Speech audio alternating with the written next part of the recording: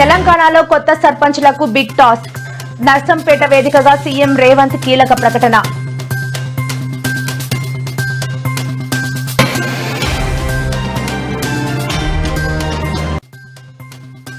రాజ్యాంగ నిర్మాత అంబేద్కర్ కు ఘన నివాళి అర్పించిన కేటీఆర్. పాల్గొన్న పలువురు మంత్రులు, కార్యకర్తలు, అభిమానులు.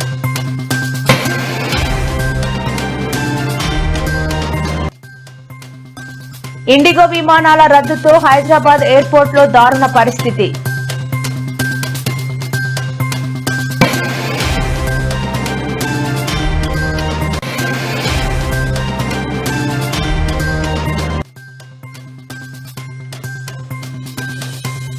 గిరిజనులకు జీవనోపాధి మార్గాలు పెంచాలని నేడు అధికారులకు పలు కీలక ఆదేశాలు జారీ చేసిన డిప్యూటీ సీఎం.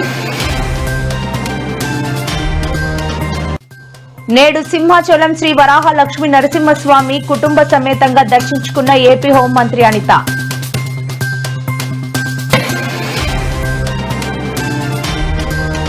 టీడీపీలో భారీ దోపిడీ, పాలు లేకుండానే నెయ్యి. జగన్ సర్కారుపై మంత్రి ఆనం ఫైర్.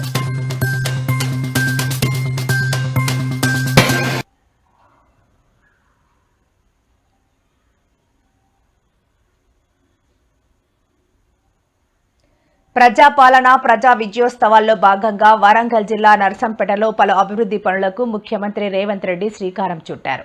అనంతరం ఏర్పాటు చేసిన బహిరంగ సభలో పాల్గొని మాట్లాడారు. 10 ఏళ్ల బీఆర్ఎస్ పాలనలో భారీగా ఆస్తులు సంపాదించారు, కానీ ఈ ప్రాంతం అభివృద్ధిని చేయలేదు, గాలికి వదిలేశారని అన్నారు. కేసీఆర్ ఆనాడు వరి వేసుకుంటే ఉరి వేసుకున్నట్లేనని అన్నారు. 3,10,00,000 మందికి ప్రభుత్వం సన్నబియ్యం ఇస్తోందని అన్నారు. ఎన్నికల కోడ్ కారణంగా రాష్ట్రంలో ఇందిరమ్మ చీరల పంపిణీ ఆగిపోయింది. కోడ్ ముగిసిన వెంటనే 18 ఏళ్లు నిండిన ప్రతి మహిళకు చీర అందేలా స్వయంగా తానే బాధ్యత తీసుకుంటానని అన్నారు.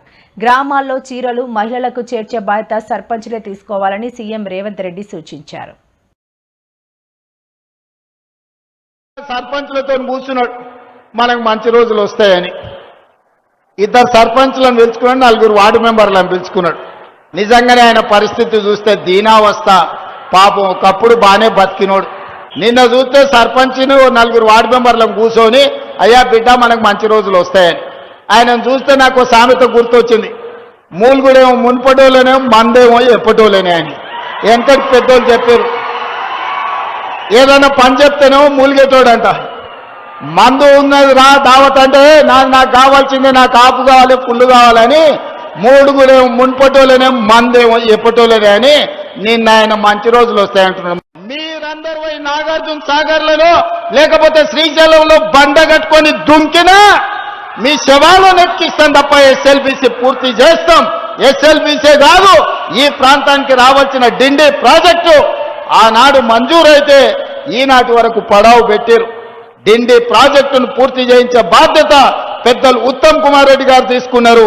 మీ ప్రాంతానికి ఎస్ఎల్బీసీ డిండి ప్రాజెక్టులను ఈ హయాంలోనే పూర్తి చేసి మళ్ళీసారి 1,00,000 మెజార్టీతోని దేవరకొండలో కాంగ్రెస్ పార్టీని గెలిపించేటట్టు మీ అభివృద్ధి పనులు చేస్తాం. అంటే ఇక దేవుడు ఒక్కడే మీన్నోళ్ళు శిక్షించేటోడు. ప్రజలు శిక్షించారు.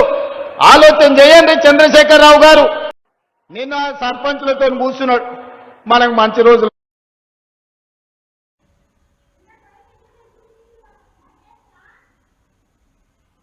ఎవరో రెచ్చగొడితే బీసీలు బలి పశువులు కావద్దని మంత్రి పొన్నం ప్రభాకర్ అన్నారు. ఇవాళ నగరంలో బీసీ రిజర్వేషన్ల కోసం ఆత్మహత్య చేసుకున్న సాయి ఈశ్వర్ మృతదేహానికి మంత్రి పొన్నం ప్రభాకర్ తో పాటు పలువురు బీసీ సంఘాల నేతలు నివాళులు అర్పించారు. అనంతరం మంత్రి పొన్నం మీడియాతో మాట్లాడుతూ బలహీన వర్గాలకు కాంగ్రెస్ న్యాయం చేసిన తీరును తెలిపారు. కానీ ఎవరో రెచ్చగొడితే బీసీలు బలి పశువులు కావద్దని పిలుపునిచ్చారు. బీసీలకు 42% రిజర్వేషన్లు ఇచ్చేందుకు రాష్ట్ర ప్రభుత్వం కట్టుబడి ఉందని తెలిపారు. త్వరలోనే సీఎం రేవంత్ రెడ్డితో మాట్లాడి అమరుడు సాయి ఈశ్వర్ కుటుంబానికి ప్రభుత్వం తరపున సాయం అందిస్తామని తెలిపారు. సామెతగా దయ్యాలు వేదాలు వాళ్ళు ఇచ్చినట్టు ఇలా వేదికలు పెట్టి బలహీన వర్గాల గురించి మాట్లాడుతుంటే ఒకవైపు ఆశ్చర్యం అవుతా ఉంది, మరొక వైపు బలహీన వర్గాల గొంతెత్తుకున్నందుకు అభినందనలు కూడా చెప్తాను. అట్లీస్ట్ ఆఖరికి అధికారం దిగినాకనన్నా మత్తు దిగితే మస్తుగా యాదికొస్తాయి అన్నట్టుగా ఆ అధికారం దిగినాక బీసీలు యాదికొస్తా ఉన్నారు. వాళ్లకు ముఖ్యంగా సోదరి కవిత గారికి అభినందనలు. మీ పార్టీల ప్రభుత్వాన్ని అడిగే ముందు తెలంగాణ రాష్ట్ర సమితి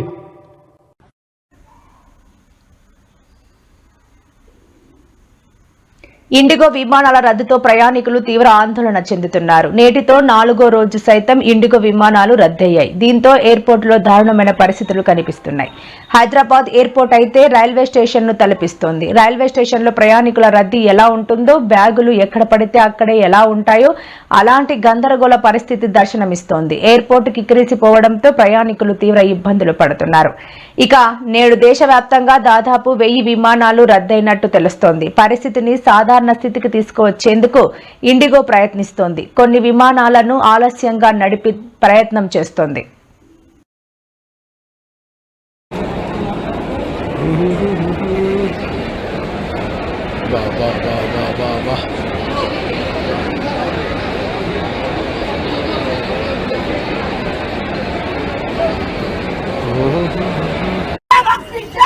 Je vais retourner à mon pays. Je vais retourner à mon pays. C'est fou qui a gaspillé mon billet. Alors, je vais mon billet.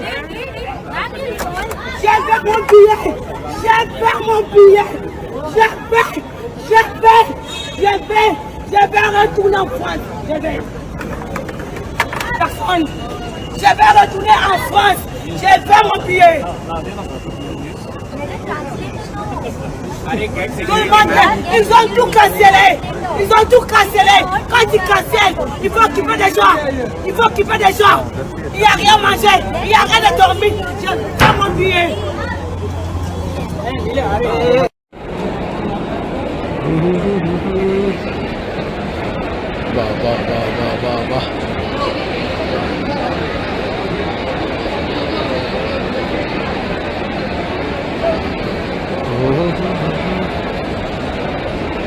को फ्लाइट सर्विस कैंसिल होने के बाद की पोजीशन पब्लिक परेशान व्यवस्था दर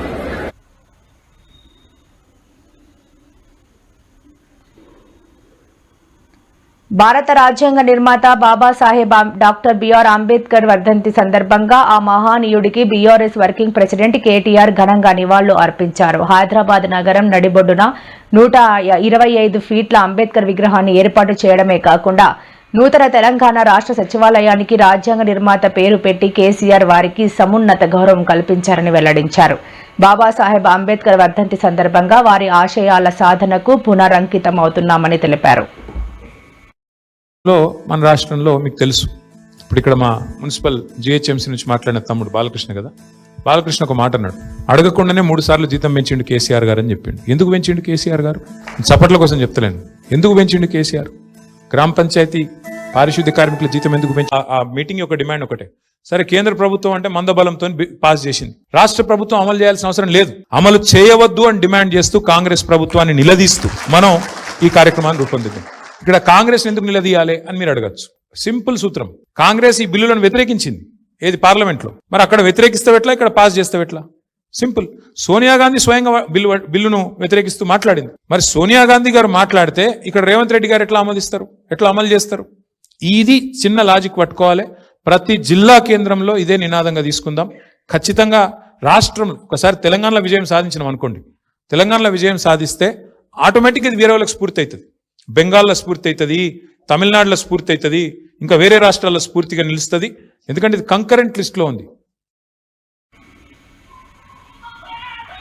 ఆడుతూ పాడుతూ తిరిగే వయసులో ఓ బాలుడు అసాధారణ ధైర్యాన్ని, సమయస్ఫూర్తిని ప్రదర్శించాడు. కరెంటు షాకుతో ప్రాణాపాయ స్థితిలో ఉన్న కన్న తల్లిని చాకచక్యంగా కాపాడుకొని అందరి ప్రశంసలు అందుకున్నాడు. ఈ ఘటన పశ్చిమ గోదావరి జిల్లా భీమవరం మండలం జొన్నలగరువు గ్రామంలో చోటు చేసుకుంది. తన తల్లి మీటింగ్కు రాకపోవడంతో ఆరా తీసేందుకు ఇంటికి వెళ్లాడు. అక్కడ తల్లి కరెంటు షాకుతో కొట్టుమిట్టాడుతుండటం చూసి నిశ్చేష్ణుడయ్యాడు. అయితే ఏమాత్రం భయపడకుండా దీక్షిత్ వెంటనే తేరుకున్నాడు. ఇరుగు పొరుగు వారిని పిలిచే సమయం కూడా లేదని గ్రహించి నేరుగా కరెంటు సరఫరాకు కారణమైన మోటార్ స్విచ్ను ఆపేశాడు. అనంతరం ఓ కర్ర సాయంతో తల్లిపై పడి ఉన్న కరెంటు వైరును తొలగించాడు. దీంతో ఆమె ప్రాణాలతో బయటపడింది.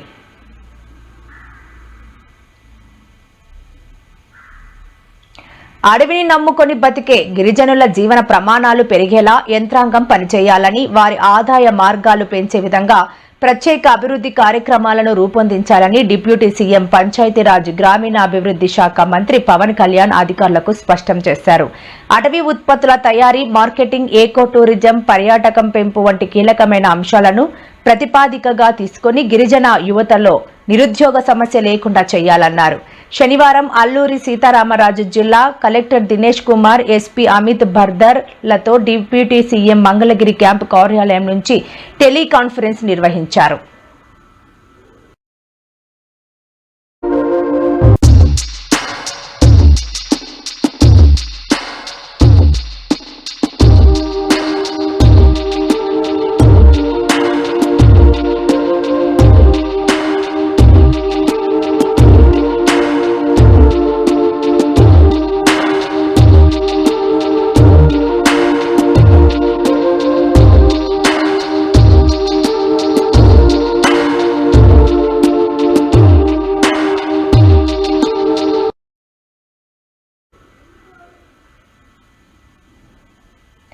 ఎన్డీఏ కూటమి ప్రభుత్వాలలో ఆంధ్రప్రదేశ్ రాష్ట్రంలో దేవాలయాల పరిరక్షణతో పాటు ప్రక్షాళన చేపడుతున్నామని రాష్ట్ర హోంమంత్రి వంగలపూడి అనిత అన్నారు. సింహాచలంలో వెలసిన శ్రీ వరాహ లక్ష్మీ నరసింహస్వామి వారి దేవాలయాన్ని శనివారం కుటుంబ సమేతంగా దర్శించుకున్నారు. ఈ సందర్భంగా వారు స్వామివారికి ప్రత్యేక పూజలు, అర్చన జరిపించారు. అనంతరం ఆలయ పండితులు హోంమంత్రితో పాటు వారి కుటుంబ సభ్యులకు వేద ఆశీర్వచనం, తీర్థ ప్రసాదాలు అందజేశారు. సామాన్య భక్తులతో హోంమంత్రి వంగలపూడి అనిత నేరుగా మాట్లాడారు. వారికి అందుతున్న సౌకర్యాల గురించి, దేవస్థానం ఆధ్వర్యంలో చేస్తున్న ఏర్పాట్ల గురించి అడిగి తెలుసుకున్నారు. భక్తులు సైతం అధికారుల పనితీరు పట్ల తమ అభిప్రాయాలను హోంమంత్రికి వివరించారు. గత వైసీపీ 5 ఏళ్ల పాలనలో తిరుమల తిరుపతి దేవస్థానం టీటీడీలో భారీ ఎత్తున దోపిడీ జరిగిందని, అదొక మాఫియా రాజ్యంగా నడిపించిందని రాష్ట్ర దేవాదాయ శాఖ మంత్రి ఆనం రామనారాయణ రెడ్డి సంచలన ఆరోపణలు చేశారు. పరకామణి హుండీ లెక్కింపులో జరిగిన భారీ అవకతవకల కేసును గత ప్రభుత్వం పూర్తిగా పక్కదారి పట్టించిందని ఆయన మండిపడ్డారు. శ్రీవారి లడ్డూ ప్రసాదం విషయంలో కూడా భక్తులను మోసం చేశారని విమర్శించారు. చుక్క పాలు లేకుండా నెయ్యి తయారు చేసిన ఘనత జగన్కే దక్కుతుంది. ఈ ఫార్ములా చూసి ప్రపంచమే ఆశ్చర్యపోతోంది అంటూ ఆనం వ్యంగ్యాస్త్రాలు సంధించారు.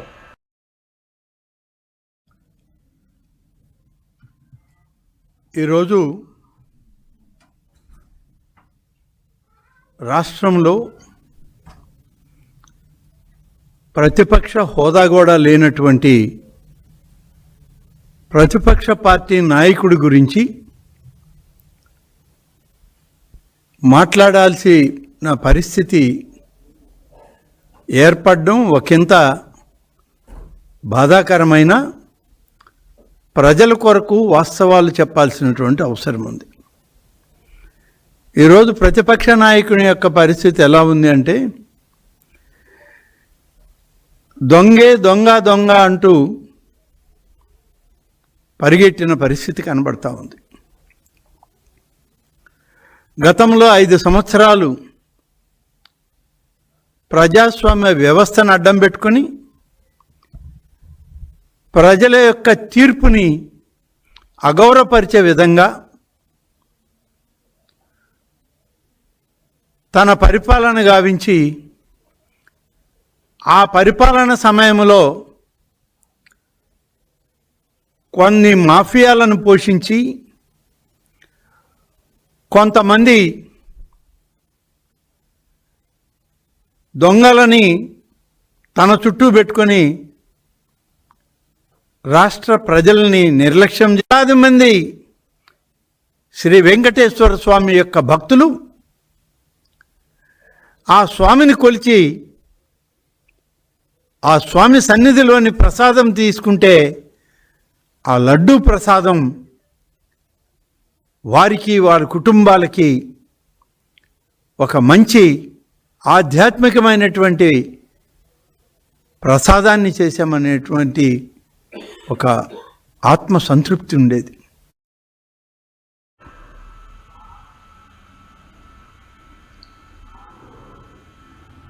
పార్వతీపురం మన్యం జిల్లాలో వైఎస్ఆర్సీపీ నాయకురాలు మాజీ డిప్యూటీ సీఎం పాముల పుష్పశ్రీవాణి చంద్రబాబుపై మండిపడ్డారు.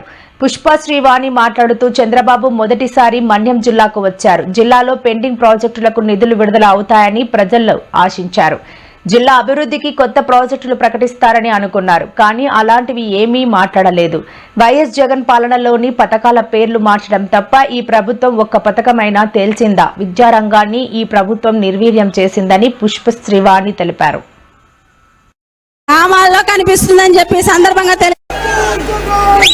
చంద్రబాబు పాలనలో అభివృద్ధి గ్రాఫిక్స్ లో కనిపిస్తుంది. జగనన్న పాలనలో అభివృద్ధి గ్రామాల్లో కనిపిస్తుందని చెప్పి సందర్భంగా తెలియజేస్తున్నా.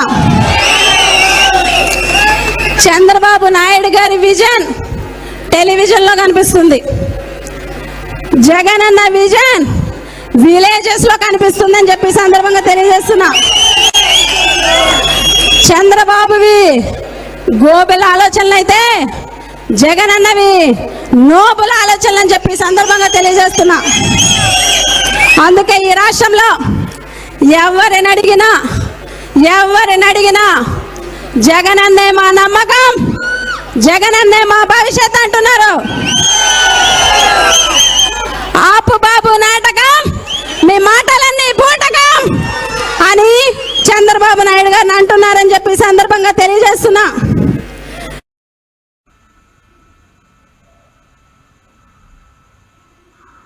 హైదరాబాద్ సినీ ప్రియులకు అల్లు సినిమాస్ ఓ శుభవార్త అందించింది. దేశంలోనే అతిపెద్ద డాల్బీ సినిమా స్క్రీన్ ను నగరంలో ఏర్పాటు చేయనున్నట్లు ప్రకటించింది. ప్రేక్షకులకు సరికొత్త వీక్షణ అనుభూతిని అందించే లక్ష్యంతో ఈ భారీ థియేటర్ ను సిద్ధం చేస్తున్నారు. ఈ డాల్బీ సినిమా స్క్రీన్ ఏకంగా 75 అడుగుల వెడల్పుతో ఉండనుంది.